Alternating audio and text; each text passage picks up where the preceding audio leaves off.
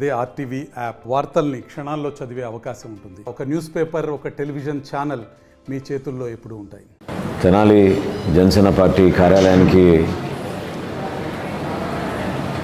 ఆంధ్రప్రదేశ్ లోక్ సత్తా అధ్యక్షులు బాబ్జీ గారు రావడం చాలా అదృష్టంగా భావిస్తున్నాం. జయప్రకాష్ నారాయణ గారు స్థాపించిన లోక్ సత్తా మన రాష్ట్రంలోనే కాకుండా జాతీయ స్థాయిలో కూడా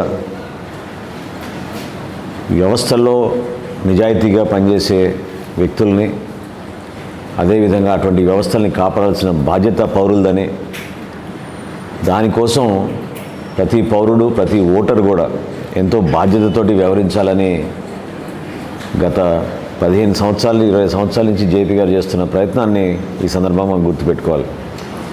జయప్రకాష్ నారాయణ గారు అనేక అంశాలపైన జాతీయ స్థాయిలో, రాష్ట్ర స్థాయిలో, ప్రత్యేకంగా మన ప్రాంతానికి ఉపయోగపడే విధంగా కొన్ని ప్రాజెక్టులపైన ప్రజల్లో ప్రజాస్వామ్యం విలువ పెంచే విధంగా ఆయన ఎంతో కృషి చేశారు.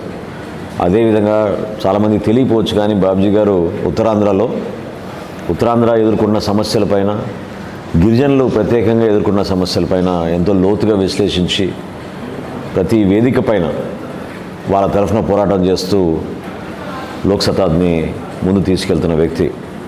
సో ఆయన ఈరోజు మన తెనాలి కార్యాలయానికి రావడం, అదేవిధంగా ఒక 15 రోజుల క్రితం లోక్ సత్తా నిర్ణయం తీసుకుని Bharatiya Janata party, Telugu Desam party, Janasena party కలిపి ఒక కూటమిగా ఏర్పడిన తర్వాత పూర్తి మద్దతు ప్రకటించినందుకు జయప్రకాష్ నారాయణ గారికి, లోక్ సత్తాకి మనస్ఫూర్తిగా నేను మా పార్టీ తరఫున ధన్యవాదాలు తెలుపుకుంటున్నాను.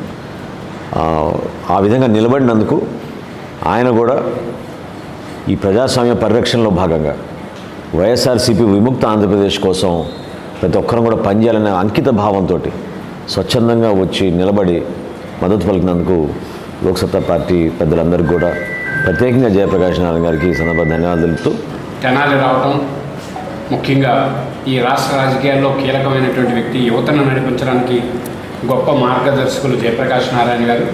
అట్లాగే రాష్ట్ర రాజకీయాల్లో జనసేన పార్టీ ద్వారా లక్షలాది మంది యువతకి ఇన్స్పైర్ అయినటువంటి పవన్ కళ్యాణ్ గారు, నాదెండ్ల మనోహర్ గారు, వీళ్ళందరితో కలిసి పనిచేసే అవకాశం కల్పించిన జయప్రకాష్ నారాయణ గారికి, అట్లాగే తెనాలి ఈరోజు రావడానికి వెనుక కారణం జయప్రకాష్ నారాయణ గారు ఈ రాష్ట్ర విముక్త ఆంధ్రప్రదేశ్ అంటే వైసీపీ నుంచి పంపించాలి, లేకపోతే కొత్త భవిష్యత్తు కావాలి, పరిశ్రమలు రావాలి, ఈ రాష్ట్రంలో సంక్షోభంలో కూరుకుపోయిన రాష్ట్రాన్ని మరి బ్రహ్మాండమైనటువంటి పరిస్థితికి తీసుకురావాలనే ఉద్దేశంతో జయప్రకాష్ నారాయణ గారు మద్దతు పలికారు కూటమికి.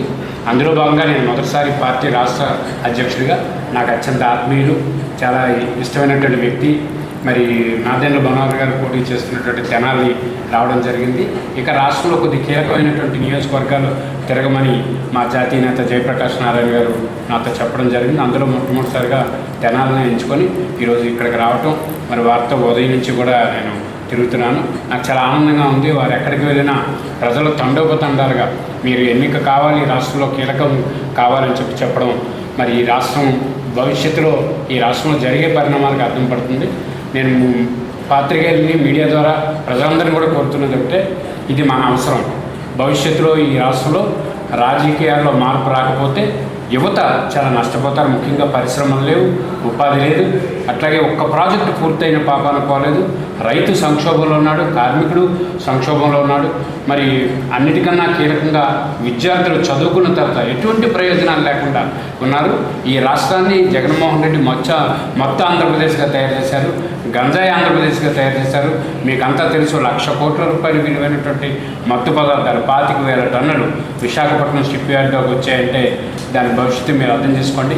నేను ఉత్తరాంధ్ర వాసిని. ఉత్తరాంధ్రలో అన్ని పరిశ్రమలు, సహకార రంగంలోని ఏటికొప్పాక, తాండవ, అనకాపల్లి, భీమసింగి షుగర్ ఫ్యాక్టరీలు మోతేశారు. ఒక్క పరిశ్రమ లేదు. రోజుకి 1,00,000 బెల్లం దిమ్మ అమ్మే అనకాపల్లి మార్కెట్ ఈరోజు 3,000 దిమ్మలు వస్తున్నాయి. 1,00,000 ఎక్కడ, 3,000 ఎక్కడ? ఏ రకమైనటువంటి రాజకీయ వ్యవస్థ తయారైందో మీకు తెలుసు. అంతా బినామీలు, అంతా దోపిడీదారులు, మంత్రులు, ఎమ్మెల్యేలు అందరూ కూడా ముఖ్యమంత్రికి కేవలం ఏజెంట్లే తప్ప ప్రజాస్వామ్య వ్యవస్థను కాపాడేటవాళ్ళు కాదు.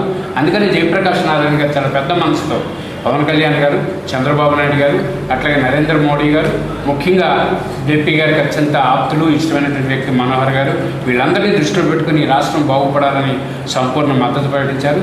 తెనాలి ప్రజలకు లోక్సత్తా పార్టీ రాష్ట్ర అధ్యక్షుడిగా నేను కోరేది ఒకటే, ఈ రాష్ట్రంలో జేపీ గారు, పవన్ కళ్యాణ్ గారు, చంద్రబాబు నాయుడు గారు తో పాటుగా మనోహర్ గారికి ఒక గొప్ప స్థాయి రావాలి. మనోహర్ గారు పెద్ద స్థాయిలో యువతకు సందేశం ఇవ్వాలి.